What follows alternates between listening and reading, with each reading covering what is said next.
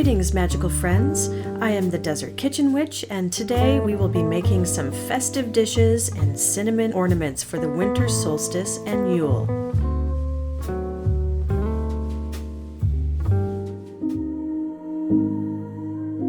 Here in Joshua Tree, the fog has rolled in as we approach the longest night of the year.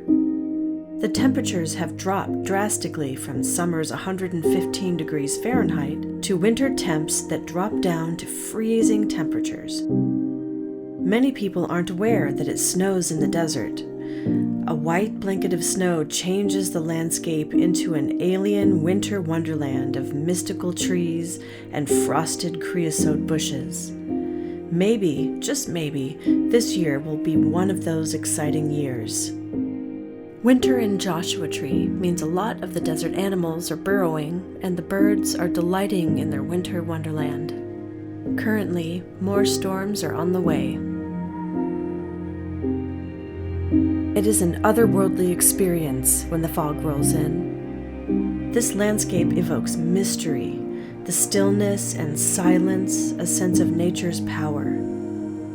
It is impossible to walk through this landscape and not feel something, a kind of awe and reverence for this particular life force that is ancient and all around. The cool winter air is crisp and clean. It feels like it's time to hibernate. It's time to stay indoors where it's cozy and make comforting Yuletide dishes, like the traditional Celtic Christmas cake and hot buttered rum to keep us warm while we make cinnamon ornaments for the tree.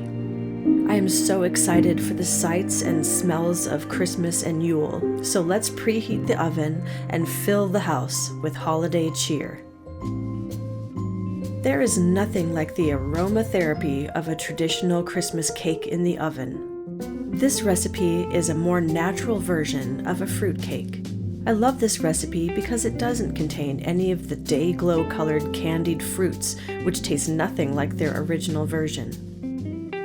I used dried figs and cherries for love and protection, pineapple for friendship and healthy relationships, apricots for optimism and happiness, dates for health, cranberries for protection, prunes for abundance and luck, candied oranges for friendship, golden raisins for financial success, dark raisins for vitality, lemon peel for clarity and focus, and orange peel for joy and creative energy.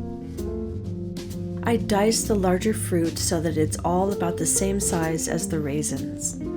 I added everything to a bowl, followed by rum and apple juice, and then stirred to combine.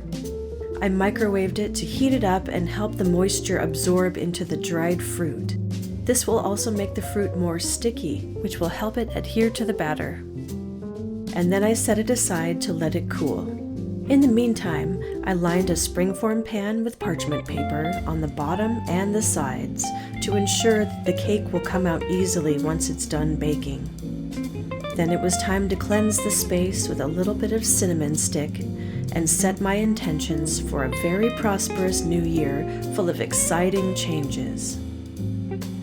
And now it was time to make the cake. I creamed butter and brown sugar in a mixing bowl until it was light and fluffy.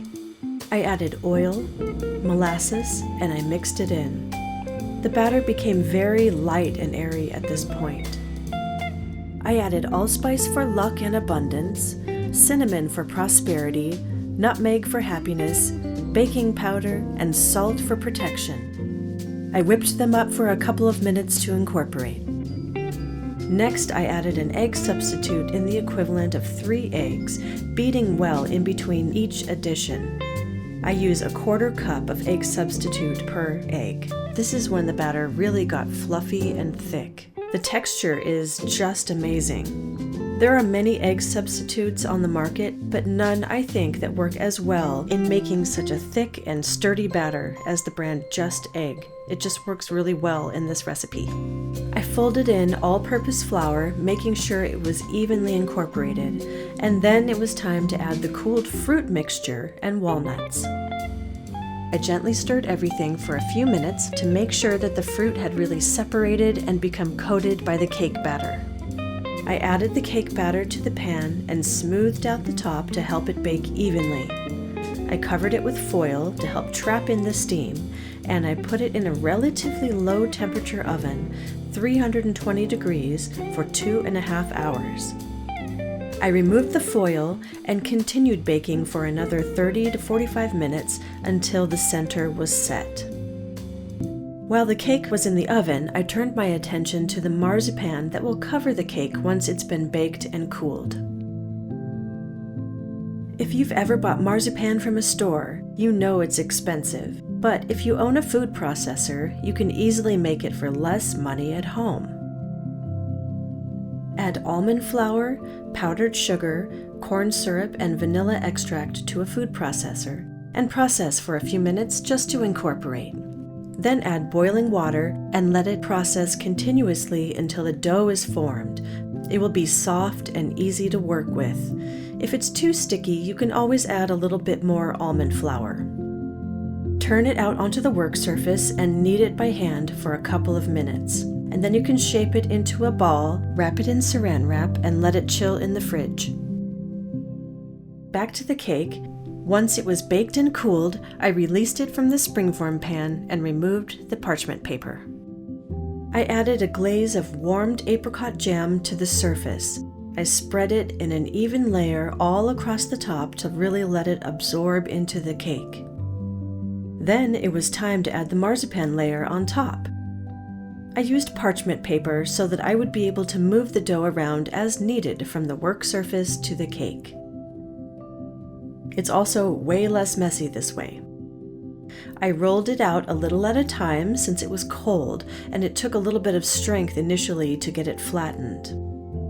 I rolled it out until it was a circle that was larger than the cake by about 3 inches on all sides, and then very carefully I removed one side of the parchment, flipped it over, and placed the marzipan centered on top of the cake. I folded the sides down gently before removing the parchment layer. I pressed the marzipan snugly along the sides and the bottom of the cake. Then I smoothed over the seams and the folds that remained until I had a uniform surface. At this point, you could also add an additional layer of fondant on top of the marzipan if you would like the cake to be extra smooth, but for me, I don't really enjoy the flavor of fondant, and I'd rather let the marzipan shine. I used a simple garnish of dried apricots and cherries, warmed with a little bit of apricot jam to form a glaze on the dried fruit. I placed the fruit in the center, then dusted the cake with powdered sugar all along the top. It looked beautiful and festive.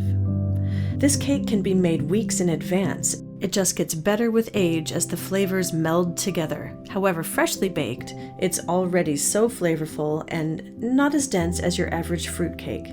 It's moist and tender with so many different fruit flavors. It's such a rich and complex flavor when paired with all of the spices and the rum. This is definitely the best Christmas cake I have ever had. I highly encourage you to make one. It's not all that hard, and the payoff is fantastic. Bring it with you to a Yule or a winter solstice or Christmas celebration and spread the love to all friends and family this holiday season. To further enhance the energy of the Christmas decor, I will be making cinnamon ornaments. I looked up a nostalgic recipe that was popular along with salt dough ornament recipes in the 1980s. This is a dough comprised of powdered cinnamon and a binder of applesauce. I suggest using bulk cinnamon that's not expensive, as we will not be eating these. Depending on how watery or thick your applesauce is, you may need more or less as well. I used about 1.5 cups of cinnamon and mixed in applesauce a little at a time until a dough was formed. At this point, the texture was kind of what I remembered. It might be a little bit crumbly. I think I'd like it to be a sturdier dough so that I could keep the ornaments from year to year. So I decided to add a little bit more to it. It seemed like I should probably put this dough in a bigger bowl before adding any more ingredients. So to the new bowl, I added my cinnamon and applesauce mixture, all-purpose flour to make it more pliable, and white glue to reinforce the dough further. Then I decided the dough needed a little bit more aromatherapy in the form of cloves and allspice. Okay, let's try that. I used my mixer to make sure that everything was incorporated and pliable, and then I turned it out onto a parchment paper, added another sheet of parchment on top, and rolled it out as you would any other cookie dough. I decided to use simple Christmas cookie cutters and carve sigils or runes onto them. Separating the cookies took a little bit of time, but it was easy enough to poke a hole in them and then smooth down the edges so they looked a little bit more finished. I also tried using cookie stamps, and I thought it turned out really well, like a cute little gingerbread house. Before I put my ornaments in the food dehydrator, I used a toothpick to carve bind runes for family and sigils for health and prosperity. While the ornaments were drying, I decided to make a festive drink for now and then maybe more for later when we decorate the tree. With the weather being as cold as it is, hot buttered rum sounded like a perfect drink.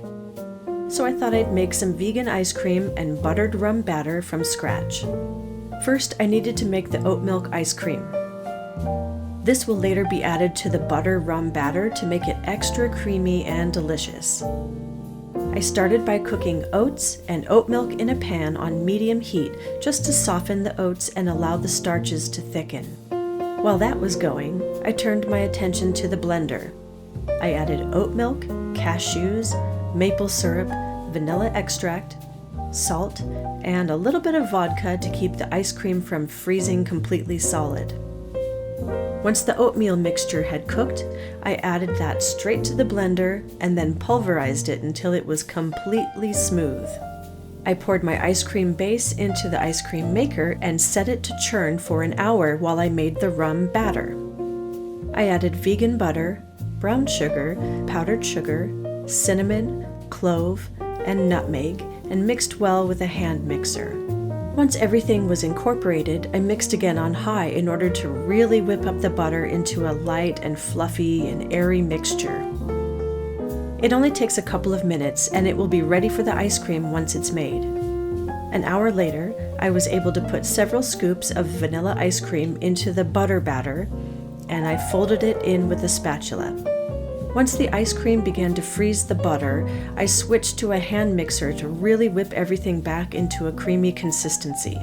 I set it in the freezer to solidify, and then once it was frozen, I was ready to make a drink. A couple scoops of the rum batter, an ounce of rum, and boiling water is all it takes.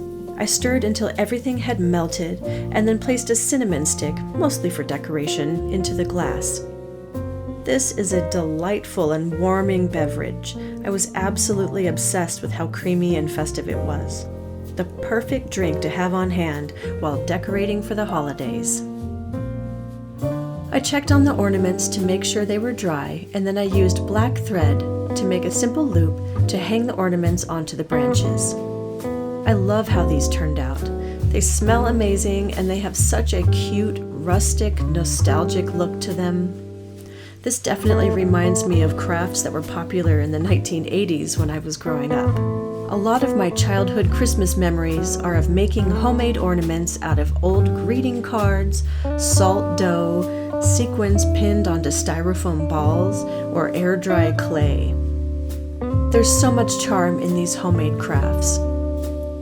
Right now, I'm envisioning a whole tree of gingerbread ornaments using this cinnamon dough.